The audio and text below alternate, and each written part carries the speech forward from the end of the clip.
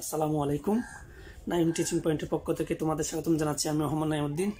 আজকে থেকে আমি আরেকটি নতুন সিরিজ শুরু করতে যাচ্ছি। তোমরা যারা নবম-দশম শ্রেণীতে পড়ো তাদের ফিন্যান্স ও ব্যাংকিং বইয়ের অধ্যায় 3 অর্থের সমমূল্যটি নিয়ে আমি আজকে থেকে ভিডিও শুরু করব। তোমরা যারা নবম-দশম শ্রেণীতে পড়ো তারা অবশ্যই আমার চ্যানেলটি সাবস্ক্রাইব করবে এবং বেল বাটনটি ক্লিক করে রাখবে, যাতে আমি ভিডিও দেওয়ার সাথে সাথে তোমাদের কাছে নোটিফিকেশন চলে যায়।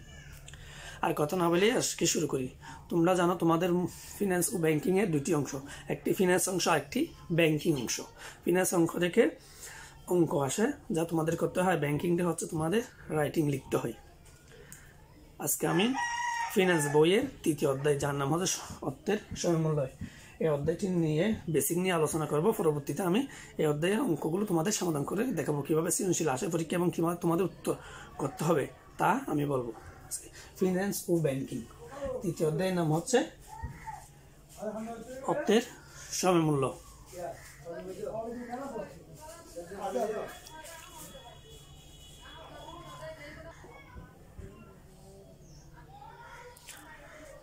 শুরুতে আমাদেরকে জানতে হবে অর্থের সমমূল্য কাকে বলে।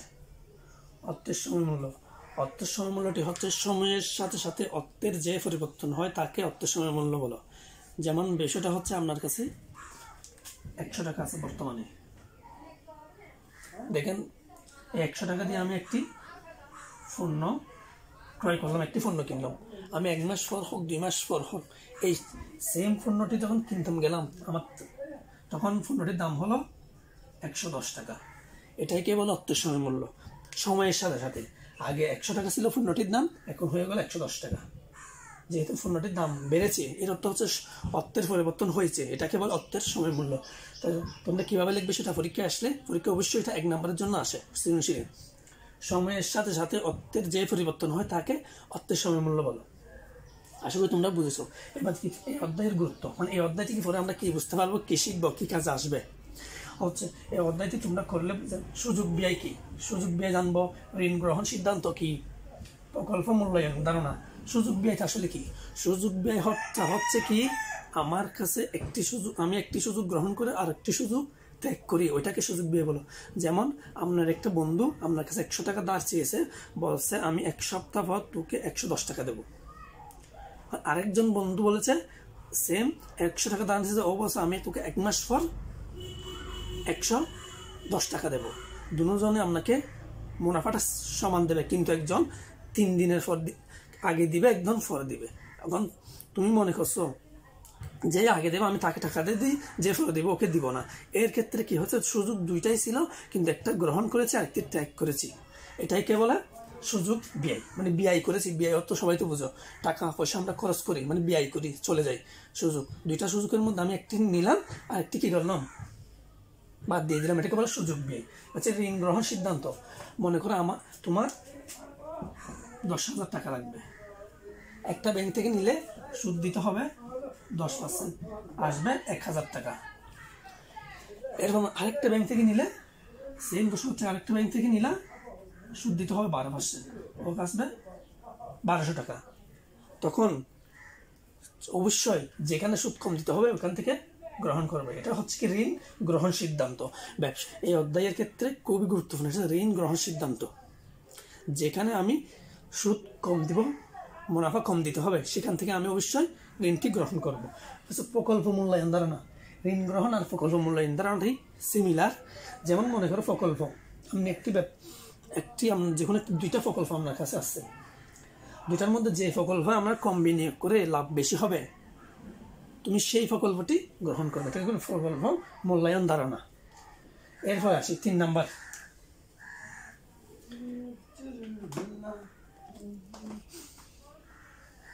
এই অধ্যায়ে যা করতে হবে, এর দিয়ে কি করতে হবে, বর্তমান মূল্য, ভবিষ্যৎ মূল্য, বাট্টার হার। সাধারণত পরবর্তী ভিডিওগুলো এগুলো আমি নির্ণয় করে দেখাবো। বর্তমান মূল্য অঙ্কে তোমাদেরকে পরীক্ষার জন্য এই অধ্যায় থেকে করতে হবে বর্তমান মূল্য নির্ণয়, ভবিষ্যৎ মূল্য নির্ণয়, বাট্টার হার নির্ণয় করতে হবে। এবার আজকে বলবো বর্তমান মূল্যটা কি। তোমার কাছে এখন 100 টাকা আছে, এটা হচ্ছে বর্তমান মূল্য। আর ভবিষ্যৎ মূল্য হচ্ছে কি, 100 টাকা দিয়ে আজকে যে জিনিস পাইলাম, 1 মাস পর 2 মাস পর কিনতে গেলে ওইটার দাম 110 টাকা হয়ে যায়, তার মানে ওটা ভবিষ্যৎ মূল্য। 100 টাকার ভবিষ্যৎ মূল্য হবে কি 110 টাকা। বাট্টার হার কি, বাট্টার হারটা হচ্ছে কোনো একটি টাকার পরিমাণ বৃদ্ধি করাকে, কোনো এক ভবিষ্যতে টাকার পরিমাণ বৃদ্ধি পাবে, সেই হিসাবে তুমি আজকে যে টাকা আছে ওটার পরিমাণ একটু কি বাড়িয়ে দিলে, ওটাকে বলো বাট্টার হার। আশা করি তোমরা এই বিষয়গুলো বুঝতে পেরেছ।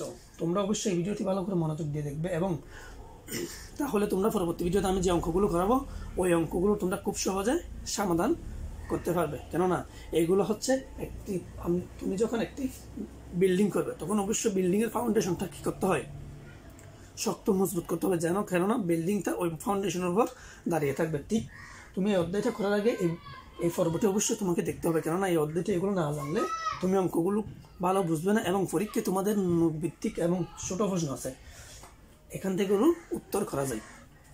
পরবর্তী গুলোতে আমি এই অঙ্কগুলো নির্ণয় করে দেখাবো। যেমন আরেকটা তোমাদের কিছু বলি, বর্তমান মূল্য ইংরেজিতে বলে প্রেজেন্ট ভ্যালু,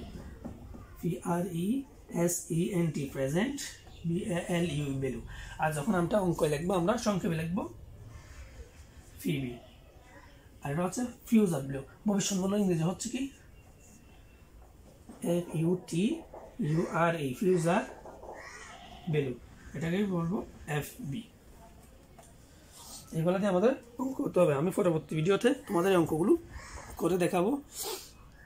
আজকের ভিডিও আশা করি এগুলো আরেকটু আমি 1 মিনিটে তোমাদের এই পুরো একটি সারসংক্ষেপ বুঝিয়ে দিচ্ছি। অর্থের সময় মূল্য কি? অর্থের সময় মূল্য হচ্ছে সময়ের সাথে সাথে অর্থের যে পরিমাণ হয়, পরিবর্তন হয়, তাকে অর্থের সময় মূল্য বলো।